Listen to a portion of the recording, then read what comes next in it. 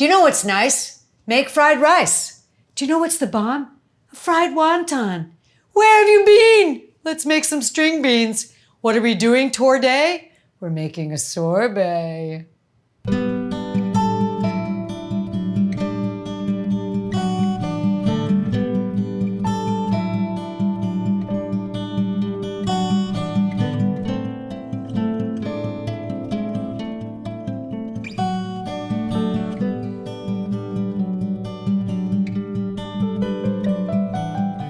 Welcome to dinner party tonight.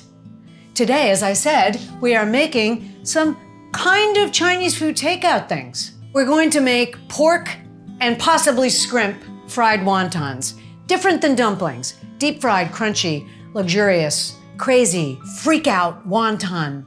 Then we're going to have dried sauteed string beans. Quite easy and interesting. Delicious and spicy. We're going to make vegetable fried rice. How do you do that? I don't know. Maybe it's easy, maybe it's hard. I have a feeling you fry old rice with vegetables. I could be wrong. Then we're going to make a lemon ginger sorbet, which sounds really delightful to me. So lemon ginger sorbet, spicy, yet cold, sort of like me.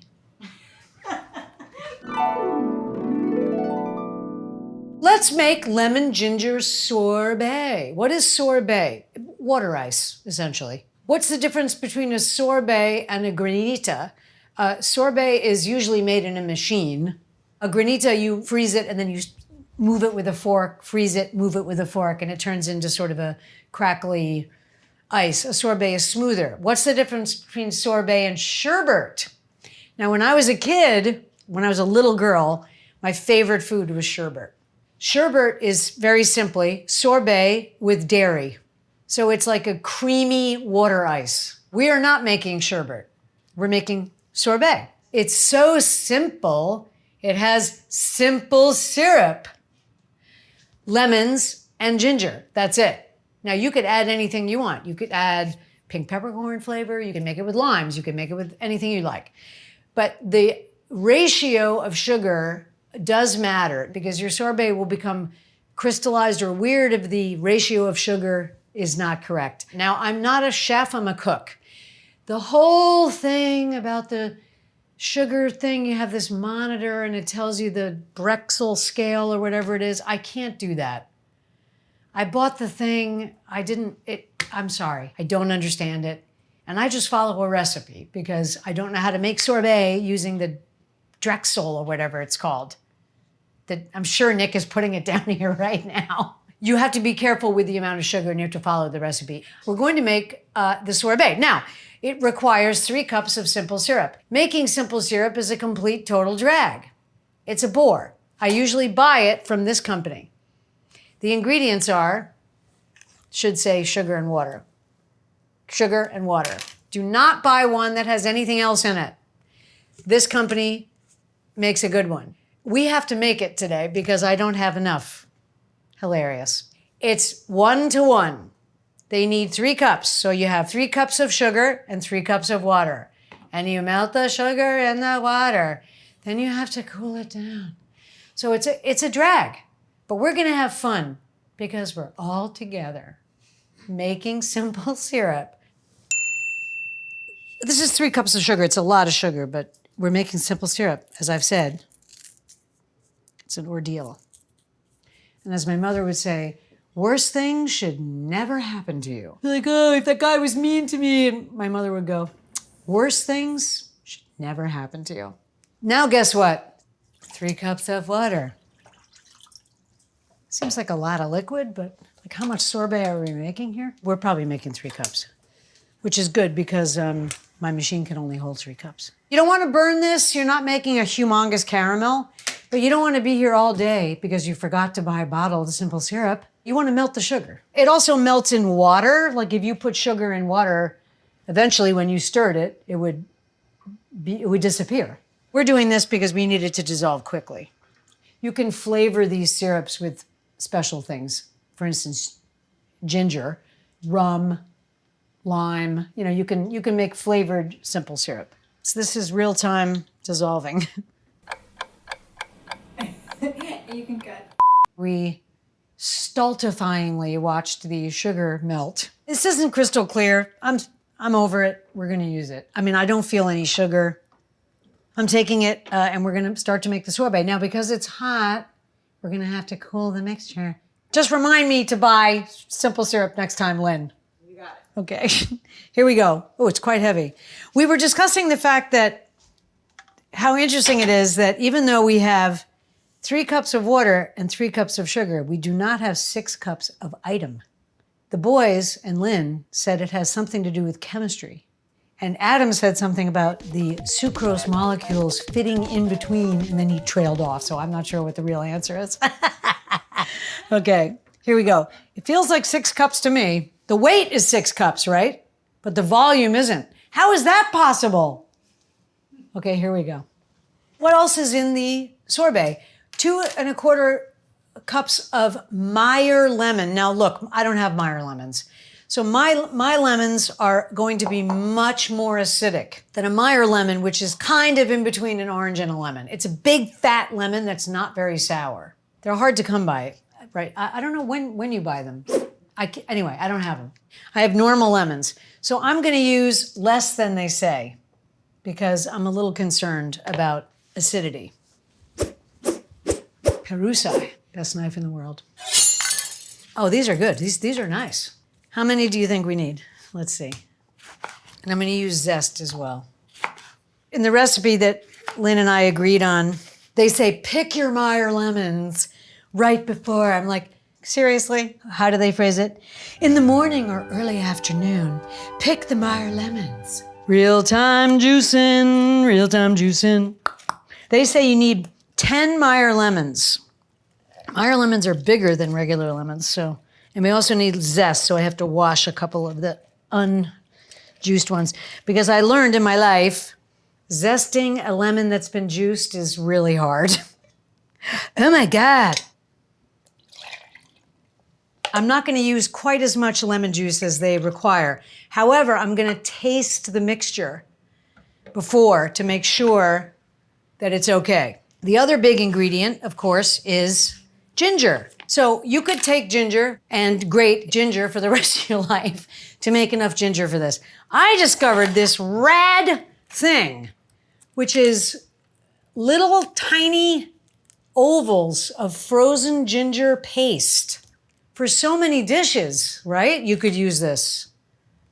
Dorot Gardens, and the ingredients are ginger, no preservatives, lemon and ginger, that's it. Here's our simple syrup. Just gonna reserve just a little bit of that. Here's our lemon juice. This is fun. Okay, I'm gonna just taste this. It's super lemony, but I'm gonna put the zest in. This is a washed lemon, and I think I might put 1 more lemon in here. You can juice a zested lemon. You can't zest a juiced lemon. I'm gonna taste it again. Ooh, it's sharp. I'm gonna add a lot of ginger, more than they say. They say a tablespoon. I'm gonna add that much. Actually, I'm gonna add it all. So remember, when things are cold, the flavor is diminished. Like if you're making chili chocolate ice cream, put more chili than you think. It's delicious. I'm gonna buy this this is amazing. All right, here we go. Now, don't overfill this, guys. That's slightly overfilled, but we'll see what happens. This could take an hour. It could take 15 minutes. You don't know. This has an automatic thing where it will stop churning when it gets too thick. And it will also keep it cool if we forget and the time runs out. So we're okay. Lemon ginger sorbet. I'm gonna be honest, it could use a few minutes. It should be not quite as liquid. Taste that, it's really good. Oh, wow, that's all flavor. Yeah. That's delicious. Yeah, isn't that good? It shouldn't move. See how it's going? Yeah. Here comes the sorbet. Now what I like about it now, it's still pretty liquidy, but it jammed the machine, which is always a good sign. See?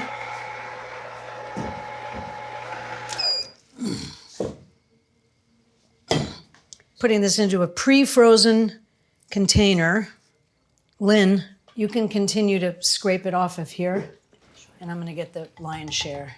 It's perfect. Smooth this for the sake of appearances. This is good sorbet. Then I'm gonna clean the edge. You have to do this quickly, guys, because you don't want ice crystals. Melted ice is what you don't want.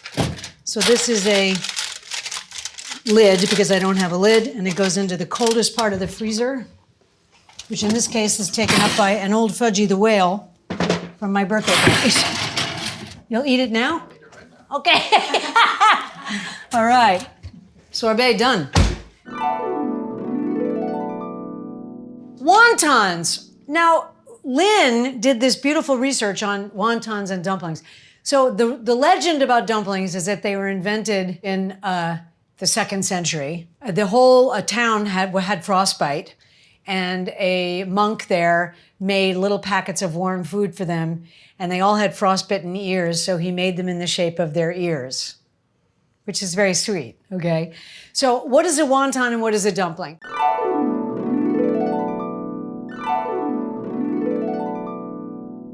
The Chinese word for dumpling is, I'm gonna mispronounce this horribly, and please watch Zhao Men, this American kid. Oh my God, he's so fabulous. On YouTube, speaks beautiful, fluent Chinese. And he goes into Chinese restaurants, Chinese markets in New York, LA, whatever. They talk, oh, what does this foreigner want, et cetera, right? And then he speaks to them in fluent Chinese. And it takes them a second, they go, like their brain, it's amazing to watch. They're fantastic videos. But anyway, please forgive me, I'm gonna pronounce this horribly. The Chinese word for dumpling is shaozi. The word for wonton is different. It's actually 2 words, which is wonton. Wonton. So chaoxi or chaoxi, dumpling, wonton, wonton. Okay? Wontons have a thinner wrapper. They're usually fried or dropped in soup, but they have a thinner wrapper. If you think about the frostbitten villagers, a dumpling. It's more of a meal. For instance, there's a new dumpling place in Hyde Park that is so superb. I don't even know how to, it looks like nothing from the outside. It's called Palace Dumplings. They have tons and tons of dumplings, very good vegetarian dumpling, chicken with corn, chicken with chili, shrimp with this. I mean, it's amazing. And they have salads that'll blow your mind. It's so excellent. Anyway, we're gonna try to do this. It's the hardest thing we're doing today. I have decided to use some cleaned raw shrimp and pork, and I'm just gonna make a delicious filling. I'm not gonna concern myself with a recipe. I need filling that is not loose. So the first thing we're gonna do is think about yumminess. So as you may have gathered from watching us for 10 years, I can't eat garlic. However, recently I've noticed if it's really cooked, I can eat it. Slightly cooked, like in a beautiful Italian dish where you can see that, I can't eat that. I can, but it's what you might call rapid transit. This is beautiful garlic from Fresh Direct, wow. I've never made this before, and we're gonna use the terrifying Fryolator, actually the super easy Tefal Ultimate Easy Clean. But you're gonna have to witness the terrifying pouring of the oil from the reservoir into the machine. It's pretty scary stuff.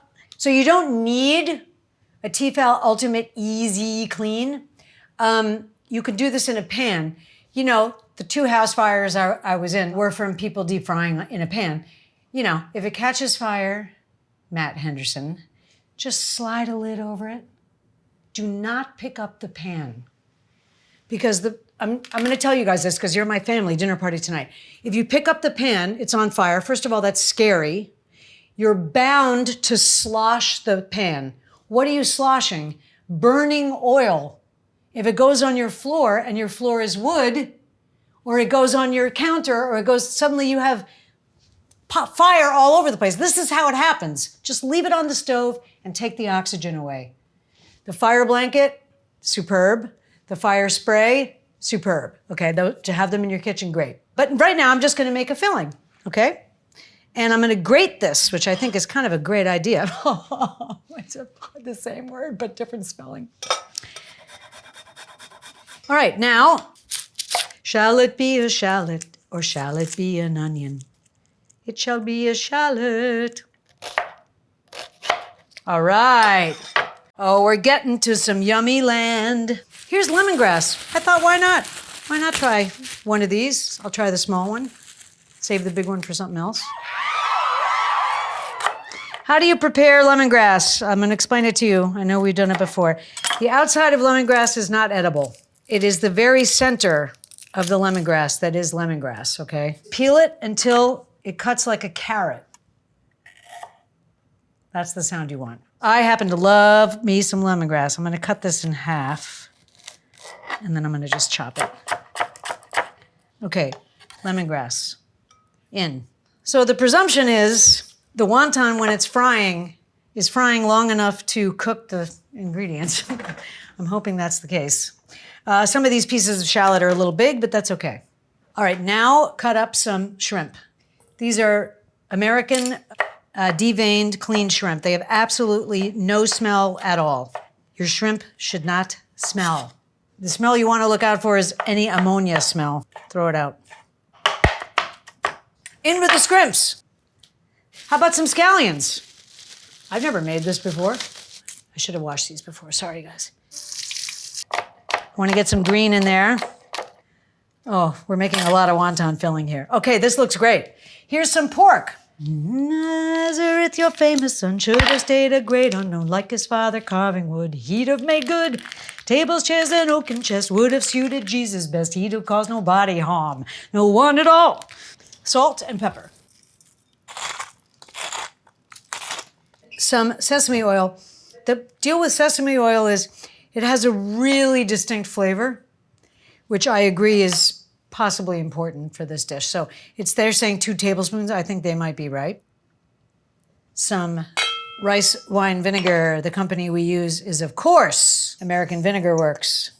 Incidentally, that's from one dinner party with all the pickles and everything. You use a lot of rice wine vinegar, or at least I do. This looks a little liquidy to me, so I'm gonna cool it on the soy sauce. I'm using momofuku, but I just want to remind you about Shodo Shima. Please click the link and watch the video. Everything is going to be okay because this guy exists. However, it's not open, so I'm going to use the momofuku one, which is excellent. Oh, I'm going to put a little ginger in, actually. How about this much? Mixing, mixing, mixing the wonton filling. Boom, boom, mixing, mixing the wonton filling. You know what's missing? Cornstarch. Now, somebody else is going to have to do this. Thanks, Reg. Okay. Oh boy, you guys. Reggie, could you also put some more pepper in here, please? We're gonna set that aside. Here comes the most terrifying part of the day. The rest of the day is very easy. Nick is gonna come in and lift this up and set it there. We're gonna take the reservoir out. We're gonna pour the oil in the thing. Nikki, come here and help me. Just do that and set it right back down. Oof, it's like impending doom. The thing to remember, this is not attached. It's open all the way around.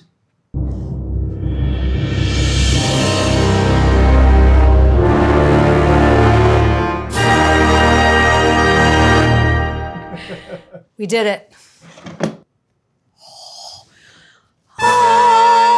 The oil is odorless. It's just an incredible machine. I'm just gonna get the basket. Wait, oh dear. Oh dear. Oh, sorry, Mama. They want it at 350, which seems totally reasonable to me. So I'm gonna put it in between 338 and 356, which are the bizarre things we have here. And while it's heating up, we're gonna make our wontons. These are wonton wrappers. Here's one.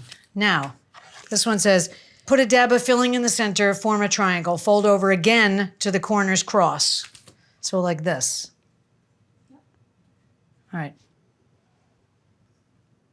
I mean, your guess is as good as mine, boyo. So I'm gonna act like I know what I'm doing. Sometimes that works, right? Okay, that's too much filling, I just learned, but that's okay. So now I notice them squeezing the air out. Now I guess I'm gonna try the second fold, right? Okay, folding it over. Pressing it down firmly. That's another thing. It's not as delicate as you might think. So every culture has a dumpling. In Italy, they're called tortellini. So I'm gonna do a couple with just a single fold, okay? And we'll see which ones hold together better.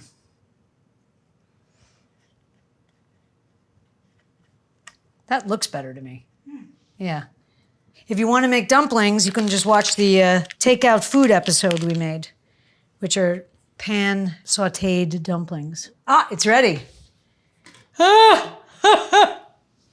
Have a paper for draining them, paper on a plate.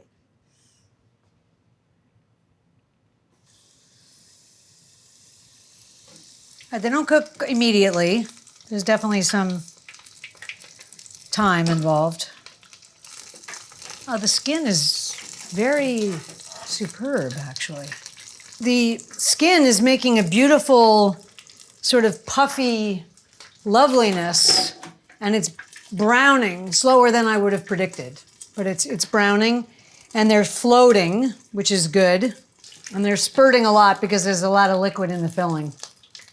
The first one opened, but nothing came out. Hello. Oh, yeah. All right, next batch. It looks like a fried wonton to me. All right, Adam, you ready? Very. I've never made these before. That's okay. Okay, this is a little chili crunch. Here's your wonton. Okay.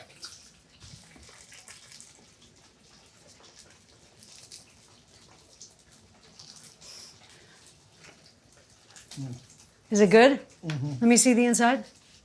Yeah, it's fully cooked. The ginger's really coming through, and the pork's really nice.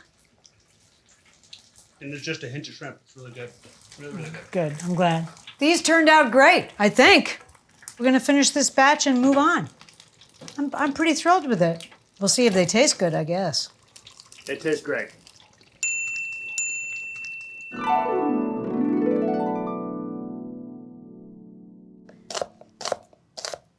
Oh, hi. I didn't see you there.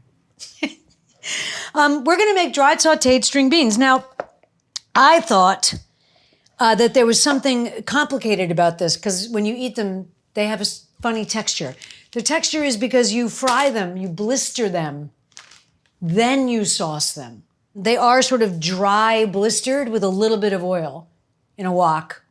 And then you add chili paste, garlic, shallots, etc., and then you mix it all together. So we're gonna do it, and you're gonna see how amazing it is. These are already snipped, but I'm gonna see if I agree. How genius. Oh my God, they are already snipped. Washed, excellent. Oh, those are really good beans. Perro Family Farms. They're deliciously bright, they're snipped perfectly, and they're washed. You know who likes a green bean? A dog. Dogs like green beans. We're gonna go to the stove, we're gonna blister these, and then we're gonna make a sauce and toss them in the sauce. Do you know what Paul calls Joan? His nickname for her is Mechanism. Isn't that a great nickname for her? He goes, "Come here, Mechanism." And he calls Maud Specimen. We're gonna blister these. What that means is don't put too much oil in here because we want it to blister. Hot pan. Some kind of oil. This is grapeseed oil. I like this brand. It's called La Tourangelle. The reason we use grapeseed instead of olive is because it has a high smoke point. What does that mean when you see it on TV shows? It means it doesn't burn. The problem with olive oil, our usual oil, is that it smokes and burns at a lower heat than this. So in fact, it's... Hot pan. Grapeseed oil. That's right. I'm putting about a tablespoon of oil here. Now, how do I know it's hot? It's sheeting. It's not rolling with legs. It's making a sheet. That means it's hot. Another really quick way of finding out is this way. Does it sizzle? Yes. Add the green beans. Be careful. It will sputter at you. Stir fry until they pucker and begin to grow. Not sure if she means that, but it's okay. It will sputter, be careful.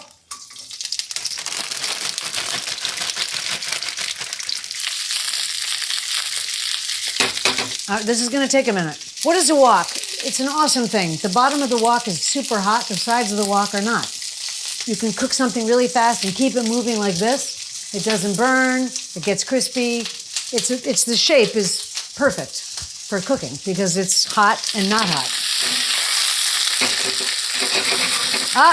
Look, it's starting to do the thing. I have it on a pretty high heat because I'm looking for the appearance that I know from Chinese food, Chinese American food. It's doing it. So if you ever go to a Chinese restaurant with the big woks, they're like this, it's fun to watch. There's a great, I think it's Old F Word, it might be Best Restaurant, but I think it's F Word, Gordon Ramsay show, where he goes to make the dim sum. He kind of can't do it, which is, it's fun to watch, but they have these huge woks like this, over an open flame, huge BTU flame. All right, I like the look of these. Some of them are blistered, some of them aren't. That's just perfectly fine. Those look pretty good to me. I mean, that looks like exactly right. All right, here we go. We're gonna make the sauce. Hot pan, grapeseed oil. That's right. Here we go. Fry off some shallots and garlic. Ginger. Oh, it's biting me. I'm gonna add the beans and I guess we're gonna add other flavors and we're done making dried sauteed string beans. All right. A little bit of soy sauce. A little bit of sriracha. Here we go. They want me to put a little bit of sugar, tiny bit of salt, and a little bit of pepper. It looks completely correct. I'm gonna go out on a limb here. It might be the best dried sauteed string beans I've ever had. All right, they're done. Dried sauteed string beans. Perfection Incorporated.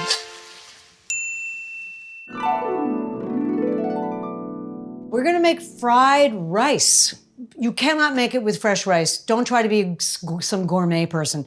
You have to use old rice, that's what it's for. Either your old rice or old rice from Chinese food takeout. My current Chinese food freakout place is called Ham Dynasty. Man, they have this fried spicy thing. Oh, it's so good. I'm gonna use this because I wanna get a little crisp on the rice. Hot pan, grapeseed oil. Sweat off some shallots. Just frying this off. Makes me feel like a real chef to cook with this thing. I'm gonna put in a container of rice. I don't know. They happen to have particularly good rice at this place, actually. Now we are using very faithful Conrad, our faithful trusty pan. Put a little bit of salt. I'm also gonna use soy sauce and stuff like that. Some scallions. I wanna see a little bit of browning slightly, you know what I mean? Ooh, something just popped. I'm putting a little more oil. Totally winging this, guys. Do they put ginger in this? It's starting to fry. It's starting to fry. How many times do I gotta sigh before it will fry? I'm gonna put in the veg. I use these because it's not gourmet cut vegetables when you get fried rice. It's exactly this. Not too much. You can use leftover chicken. You can use leftover anything you want in here. Shrimp, dice it up, throw it in. Ham, Spam. Beef is a little weird, I think. Let this sit for a second so it gets a little bit crispy. I'm just gonna taste it to see if it needs more salt, which it definitely does. I'm gonna give it a little soy sauce.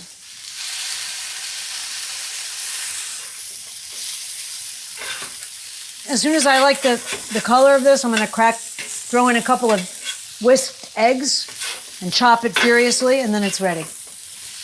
All right, I'm happy with the consistency. I'm just gonna add chili paste, little dots. I'm gonna crack the egg, scramble it in. This is gonna cook fast, the egg.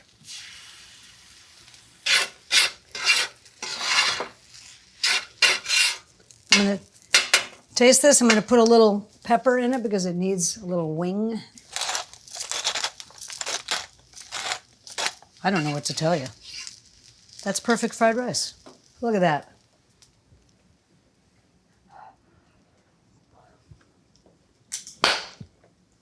Perfect. You can make this with anything in your kitchen. If you have old rice, fry it up, crack an egg in it. You can put broccoli, you can put tuna fish, you can put anything you want. You can turn it into something that's not necessarily Chinese food, you know what I mean? Obviously, we're talking about Americanized Chinese food in many cases here. That is fried rice, and I just made it. Today, without even turning the oven on, we made fried pork and shrimp wontons. We made dried sautéed string beans or dry fried beans. Man, those are good. We had vegetable fried rice or egg fried rice. Yum. We had lemon ginger sorbet, bright, light, citrusy, and warm with ginger. What a meal. The sorbet, it's so lemony. You could even put more ginger, but there's the ginger at the end. Ooh, that's Tre Eleganza. It's very sharp. Today we went crazy, sort of, and we had American Chinese restaurant freakout. I'm pretty impressed with the way stuff turned out. This sorbet, for instance, is really good, and I'm pleased with the day. I think it went very well. And we want to thank you guys so much for watching. This is really delectable. Ooh, it's so good. And for hitting the like, subscribe, whatever those things are that change the algorithm. Nobody understands it. It's helpful. If you don't want to do it, it's okay. Because just the fact that you watch the show is enough. And we appreciate you more than you'll ever know. Keep writing us, keep making suggestions, complaining, whatever you need. We love you, and thank you for watching Dinner Party tonight. Bum bum, mixing, mixing, the wonton filling. You know what's missing? Cornstarch.